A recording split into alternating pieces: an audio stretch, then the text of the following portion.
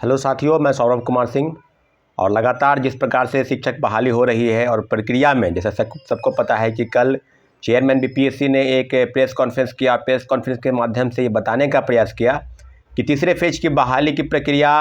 इसी महीने से शुरू होगी और अगली बहाली यानी चौथे फेज की बहाली जो है वो अगस्त महीने में होगी। तो लगभग मार्च महीने तक जो प्रक्रिया है वो पूरी हो जाने की उम्मीद है। तो तीसरे फेज की बहाली के साथ साथ चौथे फेज की बहाली की भी प्रक्रिया शुरू करने की बात कर रहे हैं। परंतु आज हम पुनः TRE 1 से लेकर TRE 2 तक उन सारे मुद्दों पर जहां सरकार की गतिविधि और विभाग और आयोग की लापरवाही का नतीजा है कि आज शिक्षक अभ्यर्थी अपने हर एक चीज़ करने को मजबूर है, चाहे वो आंदोलन हो, चाहे सरकार से गुहार हो, चाहे किसी भी चीज़ की प्रक्रिया, चाहे वो लोकतांत्रिक तरीके से जिस प्रकार से लड़ाई लड़ी जानी चाहिए थी, अब लड़ने की तैयारी में है छात्र अभ्यर्थी। आपको बताते चले कि TRE 1 में जो प्रथम केस में लगभग दर्जनों याचिकाएं हुई है और हम लोग की तरफ से जो याचिका हुई है उसका भी नंबर, जो केस नंबर है वो संभवतः 1-2 दिन में मिल जाएगा। तो आगे की प्रक्रिया में जो भी चीज़ें, जितने भी शिक्षक अभ्यर्थी है, जो पिटिशनर है, जो मेरी बातों को सुन रहे हैं, कोर्ट के संबंध में हम यही कहेंगे कि थोड़ा वेट करें, 1-2 दिन में तो मिल जाएगा केस नंबर, फिर आगे की प्रक्रिया को आपको हम अवगत कराएंगे। अभी जो आपको हम सीधे सीधे बात बताते चले कि TRE 1 में TRE 2 से लेकर TRE 1 से लेकर TRE 2 तक सबको पता है कि TRE 1 में जो शिक्षकों की सूची भेजी गई थी बीपीएससी को शिक्षा विभाग की तरफ से, वो 4700 पदों की भेजी गई थी और मात्र 2773 लोगों का रिजल्ट आया।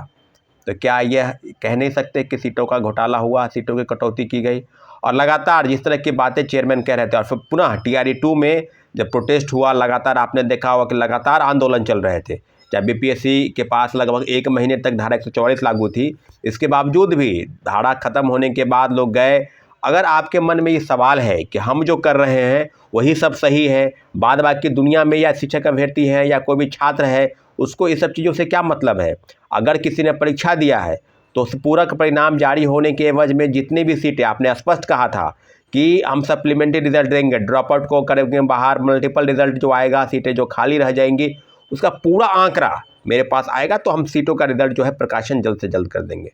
परंतु इस प्रकार से डिनाई कर जाना, चीज़ों को बरगला देना, क्या सरकार की मंशा पर प्रश्न नहीं होता है? पहले महागठबंधन की सरकार थी, आज एनडीए की सरकार है। तो एनडीए के तमाम बड़े नेता, 2 प्रमुख नेताओं की चर्चा खासकर हम करेंगे, 3 प्रमुख नेताओं की। एक विधानसभा में और विधान परिषद में सम्राट चौधरी और विजय सिन्हा आज बिहार के डिप्टी सीएम हैं। तो डिप्टी सीएम की जिम्मेवारी जब उस समय थे तो आप स्पष्ट बोलते थे, खासकर सुशील मोदी जी जो राज्यसभा के सांसद भी है और राज्य के पूर्व उप मुख्यमंत्री, स्पष्ट बोलते थे कि सप्लीमेंट्री रिजल्ट आना चाहिए। सुशील मोदी तो बोलते थे कि 40,000 पदों पर आना चाहिए।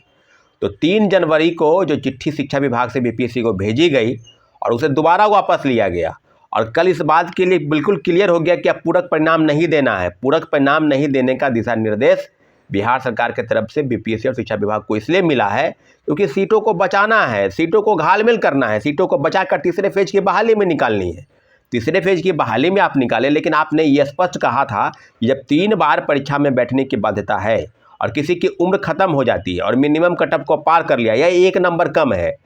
या उसी मार्क्स पर वो है, तो क्या उसका सप्लीमेंट्री रिजल्ट नहीं आना चाहिए? सप्लीमेंट्री रिजल्ट पर नोटिफिकेशन में जिस बात का जिक्र है, आप उस बात से इनकार कर रहे हैं कि पूरक परिणाम के लिए सरकार की गतिविधि और विभाग और आयोग की लापरवाही। अगर आपने कहा और जिस प्रकार का चिट्ठी निकल रहा है कि शिक्षा विभाग या कोई भी सप्लीमेंट्री रिजल्ट के लिए दबाव बनाएगा तो उसे चिन्हित किया जाए। जैसे कि पता है साथियों कि उस दिन लगभग 4-5 दिन पहले ही लोग भाजपा कार्यालय जो बिहार प्रदेश के मुख्यालय है वहाँ पर लोग गए,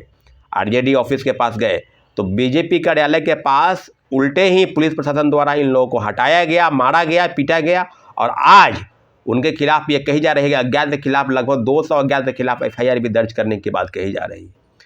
तो इस तरह के घोर लापरवाही और जो घोर अनियमितता है, जिसका ये परिणाम है कि शिक्षक बहाली में बड़े पैमाने पर फर्जीवाड़ा हुआ और आज सप्लीमेंट्री रिजल्ट के नाम पर शिक्षक अभ्यर्थी दर-दर की ठोकरें खाने पर मजबूर हैं। तो हम लोग आपको बताते चले कि जल्द से जल्द TRE 2 के लिए, क्योंकि TRE 1 के सारे मामले अब कोर्ट में चले गए हैं, तो TRE 2 के लिए जल्द से जल्द हम लोग बैठक बुलाएंगे। जितने भी शिक्षक अभ्यर्थी TRE 2 के प्रतीक्षा में हैं, वो वेटिंग में थे, वो इंतजार कर रहे थे, 14,700 पदों पर पूरक परिणाम आएंगे। सभी लोगों से आग्रह है कि जल्द से जल्द 1-2 दिन के अंदर वो मीटिंग की तारीख तय हो जाएगी। सभी को मीटिंग में आना है और मीटिंग के माध्यम से आगे क्या करना है उस पर हम लोग अपना दबाव बनाने का प्रयास करेंगे। लेकिन इतना ज़रूर है कि TRE-2 के मुद्दे को अगर छोड़कर तीसरे फेज की बहाली में अगर लग जाएंगे तो आपको बताते चले कि तीसरे फेज की बहाली में फिर वही लोग जो सीटों का बचाकर घालमेल करके बचाकर और इस तरह की चीज़ों को आप प्रकाशन करेंगे। 1,20,000 में प्रथम फेज की बहाली में कितने लोगों को नौकरी मिली? 93-94 हज़ार। 28,800 नियोजित शिक्षक हैं और जो जिलों से फर्जीवाड़ा आ रहा है, सीटेट फेल, STT फेल, कई फर्जी प्रमाण पत्र के आधार पर जो शिक्षक नियुक्त हुए और बहाल हुए, जब उनको बाहर का रास्ता दिखाया गया तो उनके जगह पर कितने लोग नए आए? क्या इस बात की पुष्टि नहीं करती? क्या सरकार की गतिविधि इस बात पर नहीं निर्भर करती कि क्या पूरक परिणाम के लिए शिक्षक अभ्यर्थी और जितने भी छात्र जिन्होंने परीक्षाएं दी है उनकी मांग बिल्कुल जायज़ है? सरकार में आते ही अपने बातों को घुमा देना, अपने बातों से पलटी मार जाना, तो इन नेताओं की पुरानी आदत है। इसलिए अब किसी भी राज्य सरकार पर, चाहे वो NDA की सरकार हो चाहे महागठबंधन की सरकार हो, बहाली की प्रक्रिया में जो खामी थी आयोग और विभाग की वजह से इस तरह के बड़े पैमाने पर फर्जीवाड़ा हुआ और लेट लतीफ़ी या हड़बड़ी कह लीजिए या क्रेडिट लेने का होड़ कह लीजिए, सारी चीज़ों का एक परिणाम है कि बड़े पैमाने पर फर्जीवाड़ा का एक परिणाम है कि शिक्षक अभ्यर्थी आज घोर निराशा के भाव में जगे हैं और अपनी बातों पर क्या सरकार के संज्ञान इस बात नहीं थी। और जितने भी प्रवक्ता महोदय बैठते हैं पार्टी के वही बात बोलते हैं, तो पार्टी के प्रवक्ता पर नहीं, तमाम TV चैनल के डिबेट अगर आप देख लेंगे तो सारी चीज़ों पर आप एक गतिविधि आपकी नज़र आएगी कि जो PPSC चेयरमैन अतुल प्रसाद जी और शिक्षा विभाग के अपर मुख्य सचिव के पाठक, इन्हीं दिनों दोनों के इर्द गिर्द सारी शिक्षा के कवायद और बहाली की प्रक्रिया चल रही है। कोई प्रवक्ता और कोई मंत्री के बोलने से कोई चीज़ बदल नहीं रही है। इसलिए मंत्री, विधायक, सांसद की बातों पर कोई भरोसा नहीं। हम दोनों डिप्टी CM और माननीय मुख्यमंत्री जी से आग्रह है कि पूरक परिणाम जल्द से जल्द जारी हो और 14,700 पदों पर TRE-2 में जितने भी शिक्षक अभ्यर्थी हैं जो इंतजार कर रहे हैं, सभी पर पूरक परिणाम जल्द से जल्द जारी करवाने की बात है। लगभग आपके तरफ से पहले भी होती थी, आप जब सरकार में नहीं थे, आज पुनः आप सरकार में हैं, आप डिप्टी CM हैं, तो आपकी प्राथमिकता इस बात की होनी चाहिए कि पूरक परिणाम जल्द से जल्द जारी हो और सारी बिंदुओं पर चर्चाएं होंगी। लेकिन TRE-2 के लिए आगे जो भी बैठक होगी, सारे शिक्षक अभ्यर्थी को इस बैठक में आना है और आगे क्या होगा निर्णय आप लोगों पर है कि क्या करना है, नहीं करना है। लेकिन इतना ज़रूर है कि TRE ट्राई वेकर के जितने भी स्टूडेंट थे, मिनिमम कट ऑफ को पार करने वाले, 1 नंबर कम वाले, तो सारी चीज़ों पर अगर मल्टीपल रिजल्ट पर जो सीटें खाली हुई तो पूरक परिणाम जारी करने चाहिए थे, परंतु सीटों को बचाकर तीसरे फेज की बहाली में, तीसरे फेज की सीटों को बचाकर चौथे फेज की बहाली में, इसी तरह से चीज़ों को करना है, घुमाना है। तो आने वाले समय में इस सब चीज़ों पर हम लोग संज्ञान लेंगे। लेकिन इतना ज़रूर है कि हम लोगों को अपनी कमर खुद कसनी होगी, शिक्षक अभ्यर्थियों को खुद अपनी बातों को आगे आना होगा और जो भी बैठक बुलाई जाएगी सभी को आना है बैठक में। TRE-2 के लिए जल्द से जल्द बैठक बुलाने की तैयारी चल रही है। आने वाले समय में जो सरकार की गतिविधि है, सब शिक्षक अभ्यर्थी उस पर नज़र बनाए रखें, क्योंकि लोगों को गुमराह करना, शिक्षक अभ्यर्थियों को फर्जीवाड़े तरीके से नियुक्त करके फिर हटाने के बाद उस प्रक्रिया में अपने नए लोगों को नहीं लाना और आने वाले समय में किस तरह की गतिविधि शिक्षक बहाली में होगी। लेकिन इतना ज़रूर है कि जब तीसरे फेज की बहाली हो रही है, जब STET का परीक्षाएँ नहीं हुई, सीटेट का परीक्षा रिजल्ट नहीं आया, तो फिर आप बहाली किसके लिए कर रहे हैं? ना सीटेट अपेयरिंग को मौका दे रहे हैं, ना STET के परीक्षाएँ हुई है। तो आने वाले समय में इतना ज़रूर है कि बहाली बस